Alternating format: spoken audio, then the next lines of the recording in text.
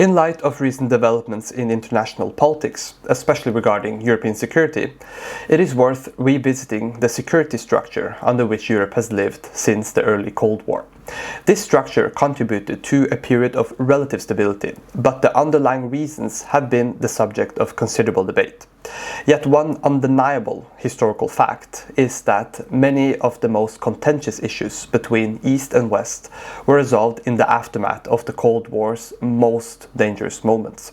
This raises important questions about the foundation of this relative stability and the conditions under which it emerged.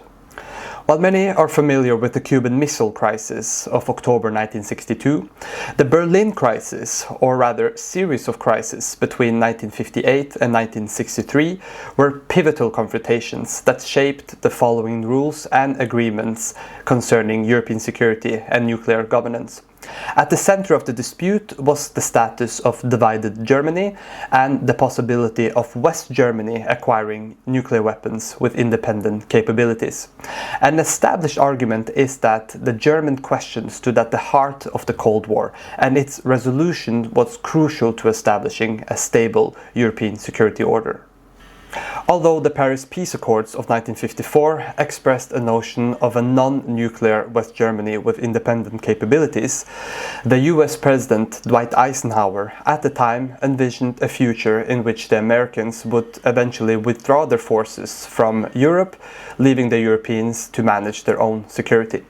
Some historians have argued that this implied the development of an independent European nuclear deterrent, not only for France and Great Britain, but eventually also for West Germany. The crisis began in 1958 when Soviet leader Nikita Khrushchev issued an ultimatum regarding West Germany's potential nuclear armament and the Western military presence in West Berlin. He insisted that West Germany stay non-nuclear and that West Berlin be demilitarized. Many Western leaders, on the other hand, feared this could lead to West Berlin being absorbed by East Germany. The Soviet Union's greatest security concern was the revival of German military power, which naturally extended to the possible acquisition of nuclear weapons. Khrushchev's ultimatum effectively signaled that the Soviet Union was willing to risk a military confrontation with the Western Alliance over Berlin. This was arguably possible because at this stage the USSR was in a much stronger military position than before. They had expanded their nuclear arsenal, tested their first intercontinental missile in 1957, and could extend Soviet nuclear protection to East Germany. The Soviet Union now had the capacity to strike important Western cities in response to an attack on itself. The strategic build-up enabled them to challenge the status quo in Berlin, but it also encouraged an important change in American nuclear policy.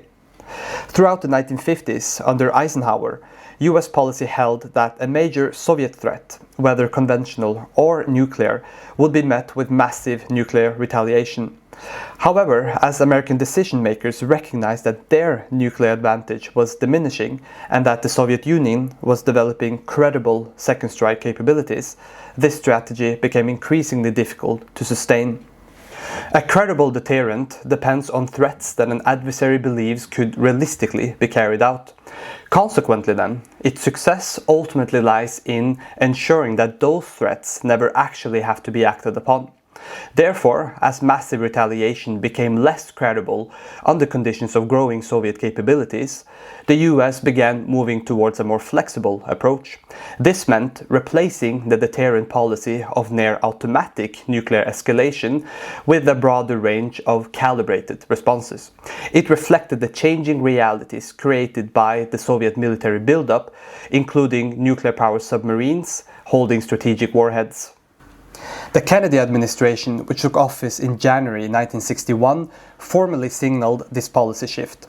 It acknowledged Soviet concerns about a nuclearized West Germany, but remained determined to defend the status quo in West Berlin, which of course meant Western military presence. Khrushchev, however, interpreted this reorientation and the apparent inexperience of John F. Kennedy as weakness and attempted to force further concessions.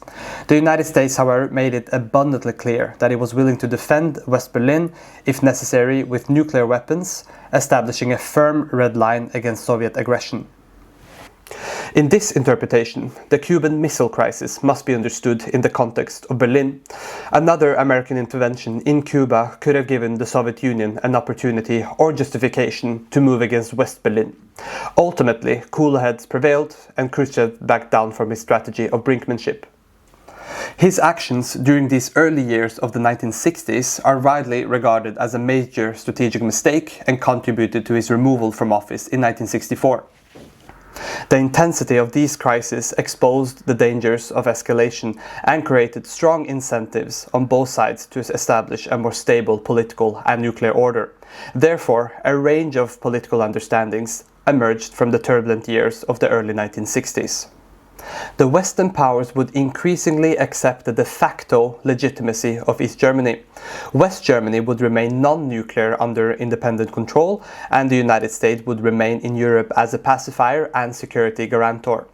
The Soviet Union, on the other hand, would respect the status quo in Berlin, meaning first and foremost the continued Western military presence there, and maintain free access through East Germany. The Soviets wanted these understandings formalized through binding agreements, but this was not that straightforward. Western governments also had to consider the risk of alienating West Germany, preventing the Germans from acquiring nuclear weapons, while encouraging and helping Britain and France to do so, carried uncomfortable historical implications of unequal treatment in European affairs. The 1963 Limited Test Ban Treaty emerged from this broader process. One of its political functions was to help keep West Germany non-nuclear without explicitly directing the agreements against Germany. Chinese nuclear proliferation was also a factor here, but that is a separate discussion. The treaty prohibited nuclear testing in the atmosphere, underwater, and in outer space. It played a key role in the political settlement of the early 1960s and paved the way for further arms control agreements. The 1968 Non-Proliferation Treaty established a much more permanent and institutionalized framework for limiting the spread of nuclear weapons. Together, the wider political understandings accommodated the Soviet Union's main concerns about the nuclearized West Germany, maintained American security guarantees in Europe, and established that any future German unification would require Soviet agreement. Let's now look more closely at one crucial component of the political settlement between the two blocs. When analyzing the role of nuclear weapons, it is important to distinguish between the existence of nuclear weapons and the emergence of nuclear parity, mainly through credible second strike capabilities. The Soviet Union had possessed nuclear weapons since 1949, but this did not immediately produce greater caution or stability. American nuclear superiority created insecurity in Moscow, while greater Soviet capabilities encouraged Khrushchev to adopt a strategy of brinkmanship to force political concessions. This reveals the two-sided character of nuclear weapons. They can embolden states to threaten escalation, but the dangers they pose can also force parties to reconsider their strategies and seek political settlements. As Soviet second strike capabilities became increasingly more certain, the United States recognized the inevitability of mutual vulnerability.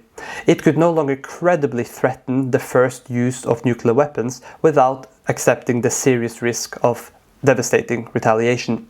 It has weakened the potency of the massive retaliation strategy and encouraged the more flexible approach. The Berlin and Cuban Missile Crisis also clarified the limits and red lines of both sides.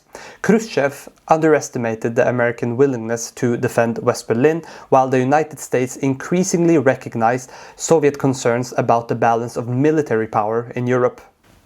Once nuclear parity, or the expectation that it was inevitable, became established, both sides at least had stronger incentives to recognize each other's core security concerns and pursue political accommodation. An argument can therefore be made that nuclear weapons did not, by themselves, stabilize international politics.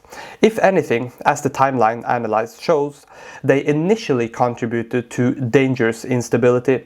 It was the emergence of nuclear parity, particularly Soviet second strike capabilities, and the American responses to them that encouraged the construction of a more sustainable security order. However, this was not an automatic or deterministic process. The same capabilities that eventually encouraged accommodation also produced overconfidence, insecurity, and some of the most dangerous moments of the Cold War.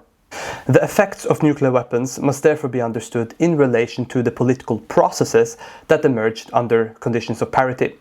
Stability mainly dependent on the parties' willingness to recognize each other's main security concerns and to formalize agreements that reflected the new geopolitical reality. If we now move on to more contemporary times, the foundations of this European security structure are being questioned. The United States has increasingly signaled a shift in strategic focus towards the Indo-Pacific, while European countries are committing substantial new resources to defense. This raises a fundamental question: what might a more autonomous European security architecture look like? For decades, the United States has served as the principal guarantor of European security. It remained in this role even after the German unification and the collapse of the Soviet Union. If the United States adopts an approach closer to Eisenhower's original vision, under which the Europeans presume primary responsibility for their own defense, the implications could extend far beyond conventional military spending. Germany may seek a greater role in European nuclear deterrence. France could face growing requests to extend or strengthen its nuclear protection for European allies, something we've already seen recently, while Britain might reconsider the degree to which its deterrent relies on American delivery systems and technological support. What's more, the fundamental agreements on nuclear governance that strongly contributed to European stability during the Cold War may be called into question. Countries that perceive the Russian threat more closely, including in Eastern Europe and in the Nordics, could seek to acquire nuclear capabilities, whether independent or not. Norway, for example, has traditionally opposed the stationing of foreign nuclear weapons and permanent foreign military bases on its territory during peacetime. A changing European security environment could place such long-standing policies under pressure. What it ultimately comes down to is whether Europe can develop a more autonomous and credible system of deterrence without increasing the risk of instability in international politics. The history of the Cold War suggests that nuclear proliferation alone does not necessarily produce stability. Greater stability emerged only when changing capabilities were accompanied by a shift in strategy and the subsequent creation of agreements that addressed the core concerns of all sides. Europe may now be approaching another period of great strategic change. The war in Ukraine makes pragmatic solutions between Russia and other European states extremely difficult. History cannot provide direct solution to these problems, but it can help us understand how previous settlements were constructed and how certain agreements fundamentally produced greater stability. During the period examined here, pragmatic solutions emerged only after arguably some of the most dangerous moments in modern human history. Hopefully, this will not be required again before the difficult work of constructing a more stable security order begins.